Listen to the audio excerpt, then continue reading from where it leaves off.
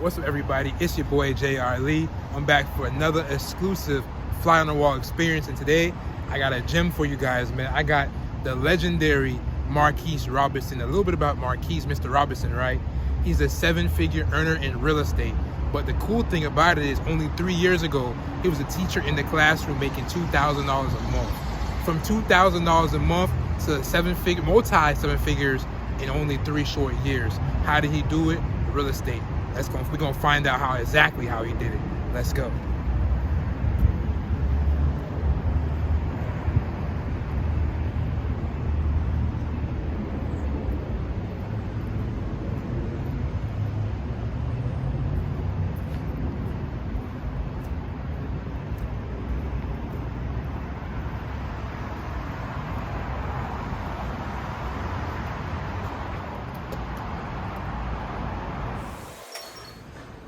So are you excited? I'm very excited, man. I'm about to talk to my guy, Marquis, man. Dope guy, man. We actually connected like 2 months ago at another podcast. He was getting interviewed by my guy, Todd Capital on the Millionaire Talk Show. And from there, we connected. Found out he actually went to school in Florida, Broward County. That's where I'm from. So built some rapport, and here we are. Let's go. About to have him on my show. From one show to the next. Yeah. What's up, everybody? It's your boy J.R. Lee, and I'm back for another special episode, in-person episode of the Fly on the Wall show. And today, it's a special episode, not because we're in person. We finally got a nice one in person, but I'm joined by the legendary Mr. Marquis Robinson. And Mr. Robinson, for the people who may not know who you are yet, if they don't, they're under a rock somewhere. Right. Can you tell me a little about yourself and what it is that you do? Absolutely, man. Marquis Robinson, former teacher turned real estate investor, man. I run a 7-figure wholesaling business here in Metro Atlanta. We buy and sell properties in Houston, Tampa, Florida, and Dallas, Texas, as well as Metro Atlanta. So just a person, man, that really put the work in and kind of like really bet on themselves, you know what I mean, and really went for it. So that's always my message to other people, like, man, nobody can really put a cap on you or ceiling on you, you know what I mean? Get paid for your value, not your time. So that's my biggest thing, man. So grateful to be here, man. You know, that's my biggest I'm thing. grateful to be here, man. Right now, we're in his conference room in his beautiful office located in Buckhead, Peachtree Road. You know what I'm saying? Atlanta, Georgia. Beautiful, nice environment, man. Just before we even get started, man, environment. How important is environment for you? Environment's big to me. Like I want to be somewhere where I can create, but most importantly, I want to be somewhere where I stay motivated. You know what I mean? I see the nice buildings and things like that. I see the people driving the nice cars, and even the people that I meet, you know, in this office space, it's a great opportunity. I met a lawyer the other day that does some private money lending and things like that. We all know in real estate, the big thing is OPM, other people's money. So that's really big though. The environment is everything to me. I'm really heavy on that, man, because I want to be able to create, but most importantly, like, you know, get to that next level. So. Absolutely, man. Environment is so important. You never know who you're gonna meet. Being in a place like this, you just said you met a lawyer, right? You know what I'm saying, who's able to, you know, create other opportunities for you as well, man. So just talking about environment, man, what was like the environment like for you growing up? Like, okay, where are you from? Right, absolutely. With me, man, and for the people who can't tell this deep Southern accent, I'm born and raised in Georgia, right? Okay. When I say Georgia, not Atlanta. You know, when you tell people that, they automatically assume you're from Atlanta. I grew up in South Georgia. You know what I mean? It's very rural. I didn't really see, you know, too many successful African American people. Yeah. So that's kind of what inspired me to really be that sense of hope for people down there and stuff like that. So I grew up in South Georgia for the most part. You know, I had a decent upbringing. My mom took care of me, my brother, and my sister. She did an outstanding job with us. I'm a college graduate twice. My brother went to college. He graduated. My sister's in college now. So I say she did a great job, you know what I mean? So, you know, but I tell people I came from the bottom. When I say the bottom, not necessarily, you know, I grew up in the projects and my mom's on drugs, nothing like that, nothing crazy like that, but it was like, I grew up in South Georgia, literally the bottom. You know what I mean? By that, I mean, again, it's rural. You don't really see successful African-American people. You don't see people driving Mercedes and Lamborghinis and, you know what I mean, that type of stuff. You don't see people with 7-figure businesses like I have. So when I say the bottom, I'm talking about the thinking of the people down there. So, like, man, you said something very important. Like, you weren't able to kind of see that representation. Successful people, you didn't really know what success looked like. So, for you, how important is representation? Being able to see those things. You talk about environment. How important is it for you to be able to visualize, see people who look like you, sound like you, You know, maybe come from where you come Right. from, maybe not. Right. But how important is it to be able to see and recognize that? That's big to me, man. I mean, that's kind of why I carry myself the way I do, because I know my sisters are looking at me, my brothers are looking at me, people back home are looking at me. You know, because people are looking at me to a certain extent as a sense of hope, even family. You know what I mean? Because they see like, man, this dude quit his job as a teacher. Yeah. You know what I mean? With no savings and nothing like that, and jump head first into real estate. 3 years later, he has a 7-figure business. You know what I mean? So what I represent is wealth forever. That's my thing. You know what I mean? I've trademarked it and everything. Like, when I say this, I mean I want something to outlive me. You know what I mean? What I'm building right now will outlive me. I want to put my kids in a position where they can kind of pick up the baton and keep running. You know what I mean? And not really kind of, you know, get it out the mud, quote unquote, like I had to. You know what I mean? Amazing. So that's kind of my biggest thing. That's what I say with representation. That's amazing representation. Everything well forever. We're gonna get into that. Okay. So, shout out to you for that. I appreciate it as well, man. So, you know, you said you were educated. You know, Right. You and your mother did a great job. You guys are college educated. Let's talk about that. How was like college for you? Like, what was that experience like, and what made you want to become a teacher? Right. So I would say college for me, it was a great experience. I met some great people. That was when I really kind of started to open my eyes to really seeing, you know, black people in a different light. And when I say that, I saw a lot of educated black people coming from homes where their parents had been married 30, 40 years. Again, my upbringing really wasn't like that. You know, when I saw people that looked like me, it was always, you know, we was out, people getting in trouble and stuff like that. It just the how can I say, the image wasn't what I noticed when I went to college and stuff like that. So my college experience was great. I met some great people. I still network with people to this day. You joined organizations? Yeah, absolutely. I'm a member of Kappa Alpha Psi, so I'm in the fraternity. Absolutely. So, but I met some great people, but it really kind of opened my eyes up. Like, man, okay, everybody's not from a small town like you. It's people who are more open minded. So it forced me to be open minded. It forced me to get uncomfortable and be more open minded about the world. Yeah. You know what I mean? Because I met people who had traveled the world, and again, their mom and dad have been married 30, 40 years. So I'm like, man, okay, it's something outside of South Georgia. You know what I mean? Yeah, absolutely. So that was my biggest thing with that. Absolutely. So you became a teacher, man. So Yeah. when did you teach? I taught when I graduated college in 2014, right? I taught probably, so before I did that, I worked Were at you Verizon. young? Yeah, before Young boy. before that, I worked at Verizon selling phones. Oh, so you had experience in sales. Absolutely. So I tell everybody, like, you know, if you're at a job right now and you listen to this podcast, you hate the job or you kind of want to make a different move, before you make that jump, get as much value as you can from that job. For example, when I worked at Verizon, it made me into a top-notch salesman. Therefore, now I can teach my guys here in the office how to sell. You know what I mean? So when I was there, I had top-notch training with Verizon, So 6 days a week type of stuff. Quick question, like, what in your own word, like, what is a top salesman? Like, what A top salesman to me is this: someone who can focus on solving and not just selling. Meaning, you can solve whatever problem that person has. You know what I mean? You can negotiate with that person. You can persuade, but most importantly, you can push them to make the decision that deep down they want to make anyway. For example, I mean, if you walk in a Verizon store, you going in for something, whether it's to pay a bill, make an upgrade, or maybe even just get a phone case. Yeah. You know, I would take people from phone case to walking out with tablet with a case on it. You know what I mean? Because again, give them a whole experience. A whole experience, absolutely. So that's what I would say makes a top salesman focus on solving the problem and not just selling. Because if you solve whatever problem that is, the money will come. So solve problems and money will come. And the money will come. Money. Absolutely. No, the money is gonna come. It's an abundance of money. Yeah. But it's not too many people out here solving problems and really helping the people. Right. So to answer your question though, I started off teaching I taught after I left Verizon, I worked at Verizon about 1.5 years, 2 years, right? Absolutely. And I was like, man, I have this degree, you know what I mean? And teaching, I'm not teaching, I'm selling phones. Yeah. And I was making good money at the time, but I wasn't happy.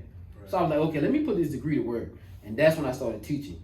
And I started teaching in the Fulton County school system over in East Point. For the people that East Point, yeah. Okay.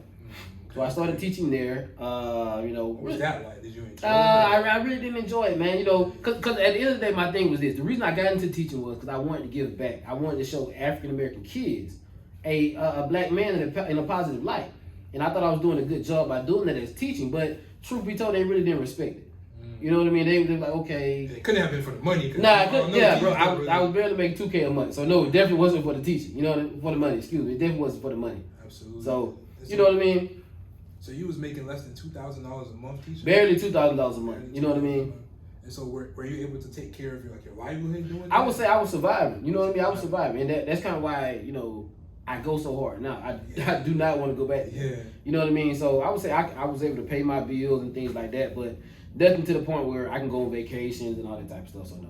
So, well, thank you so much for answering that. No problem, man. So, real estate, right? Wholesaling. Right. What sparked your interest to get into real estate, and like what was your steps first of all, you quit your job. Right. Right.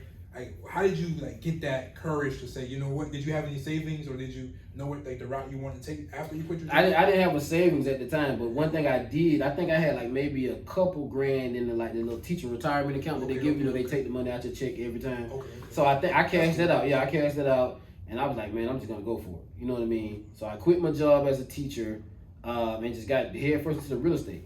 Now, before I got into the real estate, again, this goes back to the people at a job that they do not like. If you're gonna make this jump, you need to be kind of like mentally preparing yourself for it. You know what I mean? So as a teacher, I learned how to be organized. Yes. That's how I was able to scale this business, because I learned about organizing systems and really just, you know what I mean, making sure everything's done the right way. So there's one thing about teaching that really taught me with the lesson plans and stuff like that, to be organized. So, but to answer your question, I say, so I remember hearing a guy on the radio. He was like, if you have bad credit, that was me at the time. If you don't have any money, definitely was me at the time. If you're looking to get into the real estate business, come to this seminar and I'll show you how. Seminar is $20, I think. It might have been free. It was free or $20. Okay. I'm like, okay, I can afford that. You know what I mean? You know what I mean? And then at part time when I was teaching, I was bagging groceries too at Winn-Dixie, trying to worked at Winn-Dixie. Yeah, you know what I mean? So I worked at Winn-Dixie bagging groceries overnight and stuff like that. You know, just you had 2 jobs. Yeah, I had 2 jobs. Yeah. So I went to the seminar, man. They was talking about, hey, they basically were talking about wholesaling. What I do now as a profession, right? What is wholesaling for people? So for people who do not know what it is, wholesaling basically is you're pretty much middleman in the deal, right? You market to distressed seller, someone that's going through a divorce, probate. They may even just be behind on tax and they just want to liquidate an asset. Right. You reach out to this person, ask them do they want to sell the property. Right. You put a contract on the property, just for example sakes, right? You put a contract on the property for $100K. You find another investor that says, hey, Mr. Lee, I'll buy that same property for $125K. 100K with the seller, 125K with the buyer, and you are middleman in the deal, and you make 25K in between. Wow. And it's a rinse and repeat process for us. Wow. Okay. Wow. So pretty much you're just the middleman. Absolutely. And you're just solving the problem, like you said earlier, just helping one person sell their property, another person find the property they're looking Absolutely. for. So I like to compare it to a pawn shop. Okay. You know, if you ever go to a pawn shop, in college I was broke. I pawned a PlayStation, Xbox, anything I had to help pay bills, right? So when you go to a pawn shop, you mentally you know what time it is, right? Yeah. When you go into a pawn shop, you know you're not gonna get that $500 back you paid when you bought it from Walmart. Right. They're probably gonna give you $250, maybe $275. Same thing. We're like a pawn shop. The seller comes to us and pawns the property.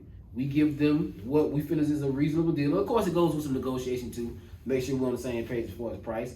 And then we turn around and sell that to someone that walks into the pawn shop that may want to spend more money on. Wow, that's amazing. Thank you. That's an amazing example. And so you heard about this seminar that was going on the radio. On the radio, right? And you took a leap of faith, and maybe your last $20, maybe I don't know if your last $20, right? You took your money and you invested in yourself to get that information, right? You got in the room. How important is it for you to actually, go to conferences and seek information, courses, ebooks, whatever it is? I live by a mantra, man. Never stop learning. I have it on my daily agenda. LSN. Never stop learning, because you never know who you can learn from and what you can learn. So, for example, like this weekend, I'm going to Dallas to a conference. Nice. Just to meet people like myself who are making moves in other industries, because you never know. I may have a conversation with someone and they turn me on to something else that may make me even more money, or may be able to make this what I'm doing even better. So I'm big on never stop learning, bro. Never stop learning. And speaking about just meeting people, relationships, right? Right. How important relationships. I met you through another individual, right. Capital, right? You were getting interviewed on his podcast. Right. I was a fly on the wall. Listen, I'm like, damn, who is this brother? He snapped it. I gotta know who he is. Right, I appreciate it, man. Of course, man, you're doing your thing, man. And because of that relationship, here we are now. So how important is relationships for you? Big. And I want to add on to what I said earlier. LSN, learn something new. That's what I meant to say. I'm sorry, but I agree with never stop learning and learn something new. Those are my 2 big things. So back to your question. What was your question again? How important is never stop learning? Absolutely, man. Yeah. But how important are relationships for you, especially in your line of business? I would say, man, relationships are big. The real estate business is a relationship business. Right. Number one, you have to have a relationship with the seller so that they can agree to that price. You have to have a relationship with your closing attorney, right? And so they can make sure they get the paperwork to you quickly, right? And then you have to have a relationship with that end buyer, so he or she can buy that property at the right price, so you can make the profit that you want to make. I would take it a step further. Also, you know, relationships are really big when you want to do business with other people in the business that do what you do. For example, we had a deal over in Houston, relationship. Funny story, I met the guy in college, right? We've been following each other on Instagram, we're in the same fraternity and stuff like that. He reached out to me and said, hey, Keith, man, I got a deal over in Houston, man. Let me know if you have a buyer for it. You know, we can definitely do the deal together. Absolutely. He sent the paperwork over. I sent the paperwork. I sent what he sent me, right? You know, we marked some stuff out and stuff like that so the buyer doesn't see everything. I sent that same property to the end buyer. We made $25K on that deal. Relationship, you know what I mean? And I tell people sometimes, you know, all money's not good money. Yeah, I'd rather take less money and keep the relationship as opposed to try to get over on somebody. You know what I mean? And then even in my business on a daily basis, I have over probably 45 employees in this business. I have 40 people in the Philippines calling all day, right? I have one guy that sends out texts all day in the Philippines. Then I have my in-house team. I have 3 sales guys, right? I have a transaction coordinator, and then I have 2 people in dispositions. So now that I do the math, it might be 50 people. Yeah. You know what I mean? So I have a relationship with 50 people on a daily basis that I have to make sure they eat, they get paid so they can take care of their families and stuff like that. So relationships are very big to me. Wow. Well, thank you so much, man. That's amazing. That's powerful, right? Because of the fact that 3 years ago, you were a teacher. Right. 3 years ago, you were a teacher. Now you are the co-founder and CEO of an amazing company called Skyview Acquisitions, yes, right? Sir. When was that founded? We founded that in December 2020. So probably a couple of days before the new year. December 2020, and now you guys are already creating multiple 7 figures in revenue. Can you talk about what that experience, what's that been like for you, and just like how's that impacted you, man? It's been a humbling experience. For me, I think it just opened my eyes to, you know, what's possible. You know, because when I started out doing the business, I was like, man, if I can make $5K, $10K a month, pay my bills, and maybe have a little bit extra, I can go out, you know, to get something to eat, nice restaurant or something, right? Or maybe even vacation. You know, maybe a vacation. Yeah, now it's at the point like I can go on vacation every month if I want to. You know what I mean? So it's a very humbling experience. I'm actually going to Dubai later on this month. I'm going to be in Dallas, like I told you, Dallas next weekend, Dubai in a few weeks, and it's just grateful, man. It's grateful, but the experience, you know, it hasn't been easy, but we've learned a lot. You know what I mean? It's been a lot of trial and error, but most importantly, the biggest thing is the commitment. We committed to the marketing, and we committed to having faith in the business because I did 6 figures last year by myself. So if you do 6 figures by yourself in a year, you have to ask yourself, if I partner up and really build a team, why wouldn't I be able to do 7 figures? You know what I mean? It's enough property out here, there's enough money for you, everybody. So when you think with abundance, that really takes to the next level. And I feel like that's what holds a lot of entrepreneurs back. Man, you know, just even to speak about, well, thank you so much, man. You know, just to kind of speak about that abundance mindset, right? What is, in your opinion, what is the difference between a abundance mindset and a mindset of scarcity and lack? I would say the biggest thing is the abundance mindset is this, right? I know it's going to be more properties out there. I know it's going to be more opportunities out there. I know it's people doing what I'm doing, but it's something unique about me, or I'm going to make sure it's something unique about me that's going to make me stand out in the marketplace. But most importantly, it's enough for everyone to make money and eat. The scarcity mindset is I don't want to share this information with this person. I don't want to go to this conference because they may ask me some questions about my business and I don't really want to tell them about it. You know what I mean? So it's really an internal thing. That's really it's an internal struggle that a lot of people suffer from. And it's an ego. It's an ego thing with a lot of people. You know what I mean? Absolutely. That's what I say. Because I mean, I don't know, when you really think in abundance, it's almost like the floodgates open. You know, the door really opens for you to really get into other things and really make more money and really just live a better life. You know what I mean? Absolutely. Content, right? How important is content for you? Very big, very big. It's something, and the funny thing about it is I'm actually getting out of my comfort zone.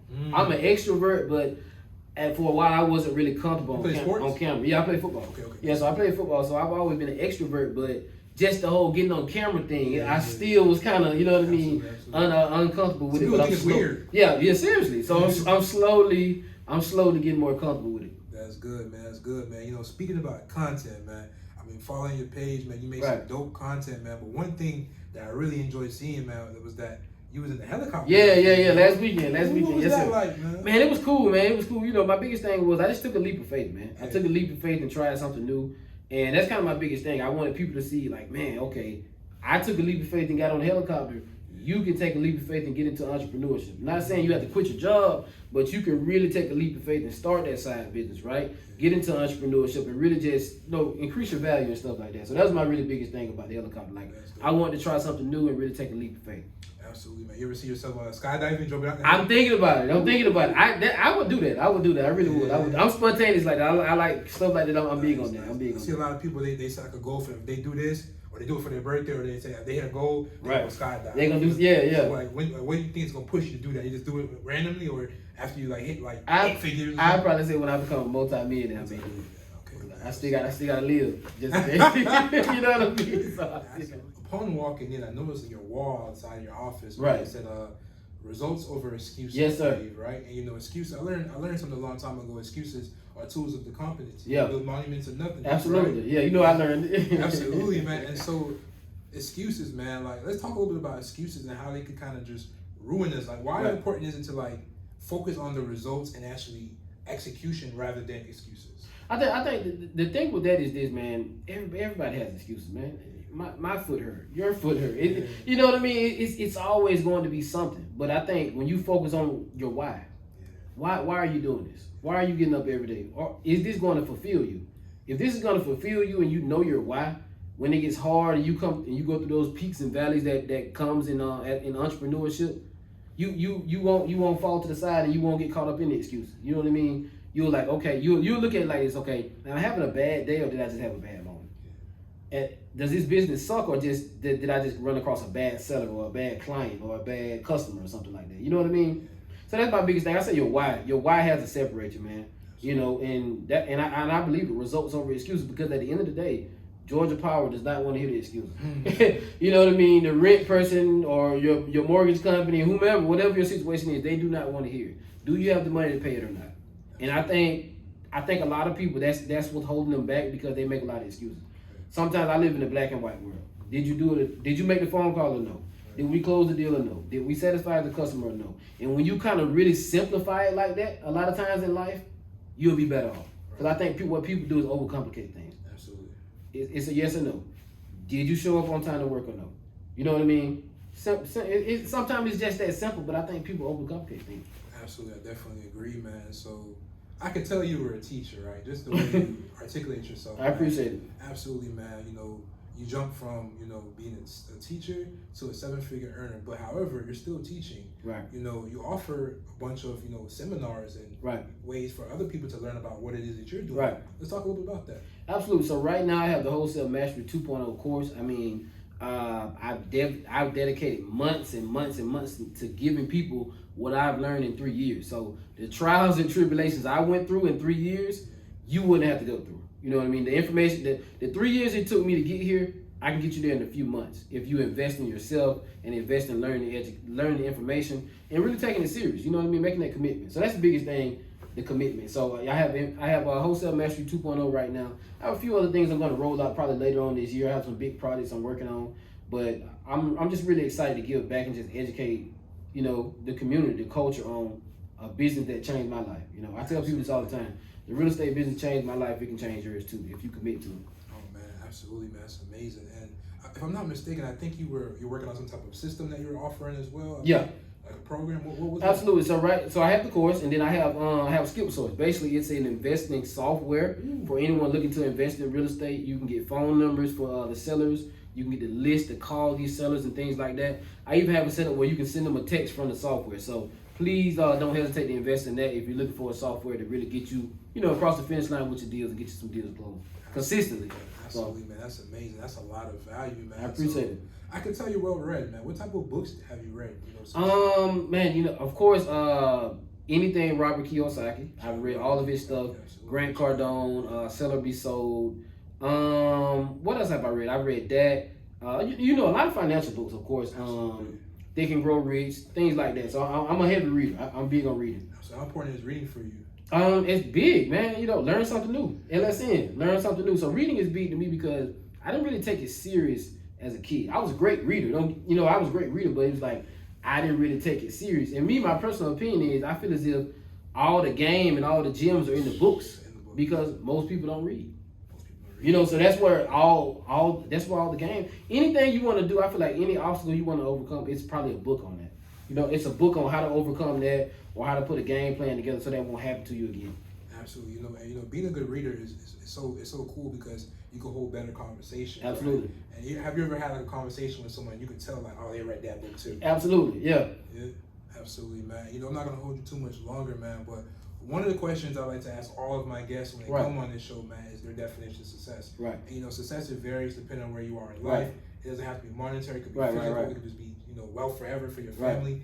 What's your definition of success? I say my definition of success is if you've impacted people in a positive way. Yeah. Did you put other people on? Did you put other people in a position where they can benefit from something you've learned or something you've been through? But most importantly, did you leave a legacy for your family? That's probably my biggest thing. Did you leave a legacy where instead of them having to survive, they can thrive? So that's success to me. Not necessarily the financial part of it, but it's more so who did you put in a better position? Who did you impact that they saw what you were doing that made them go for it? Because that's my biggest thing. I want people to see me and say, man, this guy went from $2K a month as a teacher to a 7-figure business. You know what I mean? 6 figures last year and things like that. So I think that's success to me. Absolutely, man. And so what's your wealth forever, right? That's your brand, that's your namesake, that's one of the things you're leaving behind for your family. Like, what does wealth mean to you?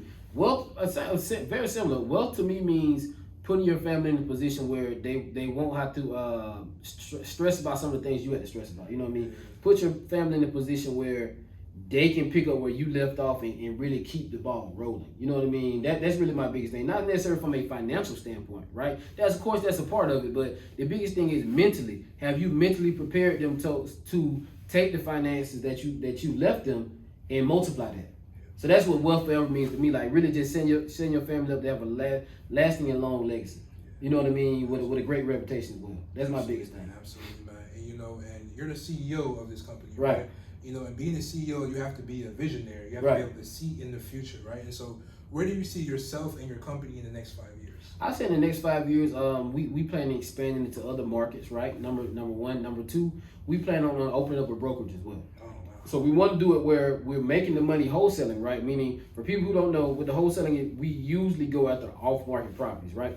The properties that are not on Zillow, MLS, or whatever market you're in. But now we want to get into the point where, as a brokerage, on one side of the building and the wholesaling operation on the other side, meaning we're getting 100% of the properties somewhat, right? So anything that's listed on Zillow and stuff like that, we'll be able to move that as well because 3 people that are on my staff right now, they're agents. So I've employed agents now to prepare me 5 years from now. Wow, so you already set. Yes, sir. Wow, that's amazing, man. And so, Marquis, man, I feel like this was a powerful conversation. I appreciate it, man. I thank you for the opportunity. Of course, man. It's really humbling to talk to somebody that has come from humble beginnings. Right. You know what I'm saying? But they saw more for themselves. They went and sought the information. They got that food for thought, built the relationships, and they invest in themselves and they bet on themselves. And now 3 years later, you have a 7-figure going on 8-figure business. Right. That's amazing. You're leaving wealth forever for your family and building a legacy, man. So for the people out there that are chasing their dream and building something, you gotta bet on yourself, man. You gotta build those relationships. Gotta get in the room. Gotta seek that knowledge. But always learn, right? Always learn, man. And sir. Marquis, man, for the people who want to look, learn more about you, where can they find you at? You can find me on Instagram, Twitter as well. Wealth, right? WEALTH _ forever. That's my name on all social media platforms. And that's where you can find me, man. I love to connect with you, man. I mean, if you're interested in learning how to wholesale real estate, please tap in with me. If you know someone that may be interested, I'd love to work with you as an affiliate. Meaning, if they sign up to work with me, I definitely love to send you some type of, revenue from that as well. So that's my biggest thing, abundance, man, abundance. That's what I lead the people with. So, a quick question: is there an age limit to wholesaling? Absolutely no. No, you don't need a license or anything. Man, what's funny? Like, I'm about to end it, but I had this kid on my podcast about a few weeks ago. He told me, man, like, he was 17 about to do his first deal. Right. Isn't that amazing? That's crazy. Isn't that amazing, man? On YouTube. Right. Imagine where we would be if we learned this at 18.